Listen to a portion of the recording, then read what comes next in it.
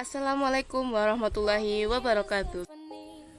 Perkenalkan, nama saya Saniatul Husni, jurusan Tadris Bahasa Inggris, nomor NIM 2014 05 00 19 dari Universitas Islam Negeri Imam Bonjol Padang.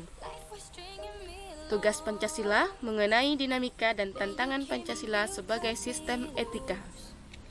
Dengan dosen pembimbing Ibu Wahyu Liliusden SE MPD. Etika sendiri berasal dari bahasa Yunani yang asal katanya yaitu ethos. E-T-H-O-S. Ethos tersebut memiliki banyak sekali makna. Di antaranya yaitu tempat tinggal yang biasa, padang rumput, kandang, kebiasaan, adat, watak, perasaan, sikap, dan cara berpikir. Secara etimologis atau rinci, etika berarti ilmu tentang segala sesuatu yang biasa dilakukan atau ilmu tentang adat kebiasaan. Dalam arti ini, etika berkaitan dengan kebiasaan hidup yang baik, tata cara hidup yang baik, baik pada diri seseorang maupun masyarakat. Etika pada umumnya dimengerti sebagai pemikiran filosofis mengenai segala sesuatu yang dianggap baik atau buruk dalam perilaku manusia. Arti dari Pancasila tersebut ialah panca artinya 5, sila artinya dasar. Jika digabungkan, maka artinya yaitu 5 dasar. Dari kelima tersebut, maka kita ambil poin penting atau kandungan nilai Pancasila. Yang dimaksudkan ketuhanan di sini yaitu tentang religi atau agama. Setiap warga Indonesia tentu memiliki agama yang beragam. Seperti yang sudah diresmikan Indonesia, maka rakyat Indonesia tinggal memilih kedua kemanusiaan, yaitu rasa cinta saudara, menghargai karya, menghargai pendapat, dan lain sebagainya. Ketiga, persatuan. Persatuan di sini yaitu persatuan bangsa, persatuan ras, persatuan dari segi adat. Nah, inilah yang dimaksud dengan Bhinneka Tunggal Ika yang terletak dalam Pancasila. Keempat, kerakyatan.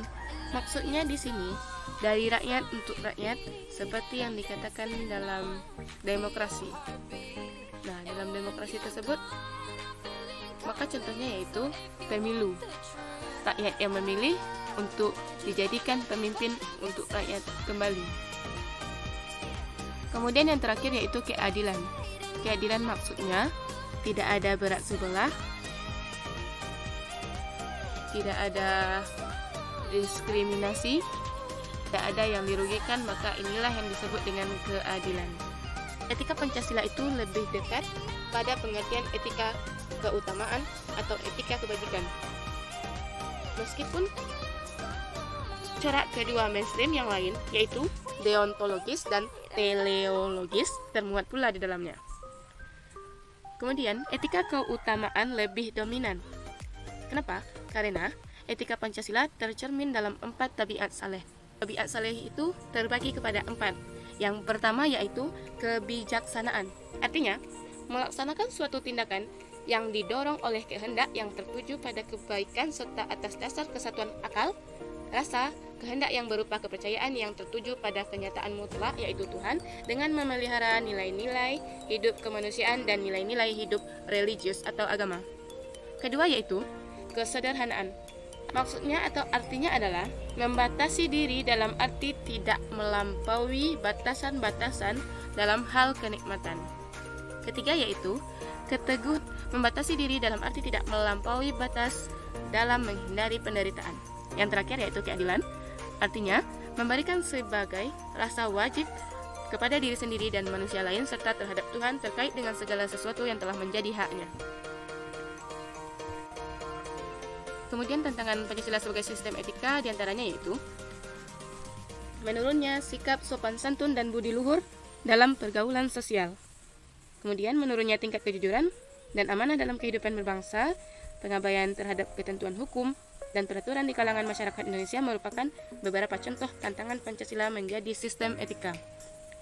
Hal ini tentu ada faktor atau ada pendorong di baliknya.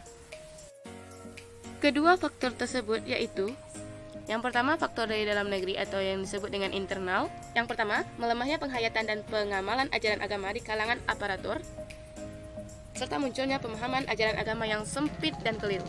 Kedua, sistem sentralisasi pemerintah di masa lalu yang mengakibatkan terjadinya penumpukan kekuasaan di pusat dan pengabaian kepentingan daerah.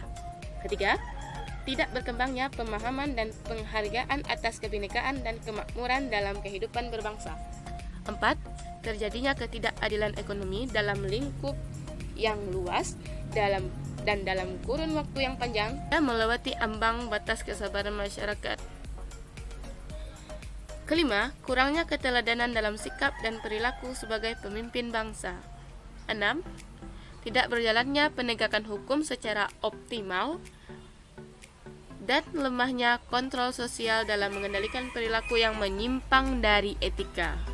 Ketujuh, terjadinya pembatasan kemampuan budaya lokal, daerah, dan nasional dalam merespon pengaruh negatif dari budaya luar. 8. Meningkatnya prostitusi, pornografi, perjudian, serta pemakaian, peredaran, dan penyelundupan narkotika dari luar negeri. Faktornya yaitu yang pertama, pengaruh globalisasi kehidupan. Kemudian, makin kuatnya intensitas intervensi kekuatan global dalam perumusan kebijakan nasional. Pokok etika kehidupan berbangsa mengacu kepada norma-norma agama dan cita-cita kesatuan dan persatuan bangsa, kemandirian, keunggulan dan kejayaan bangsa. Perhatian terhadap nilai-nilai tersebut oleh setiap aparatur sangat erat kaitannya dengan latar belakang agama, sejarah, budaya, dan perkembangan kondisi sosial dan lingkungan hidup seseorang. Tren atau yang booming dalam pengembangan etika pemerintahan tampaknya dipicu oleh permasalahan yang relatif sama, yaitu korupsi. Korupsi adalah penipuan memanipulasi uang dari suatu lembaga.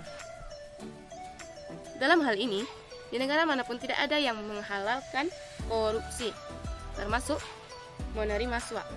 Sebagai contoh, kasus di berbagai negara di mana pejabat tinggi negara harus mengundurkan diri dari jabatan dikarenakan terbukti melakukan korupsi atau menerima suap.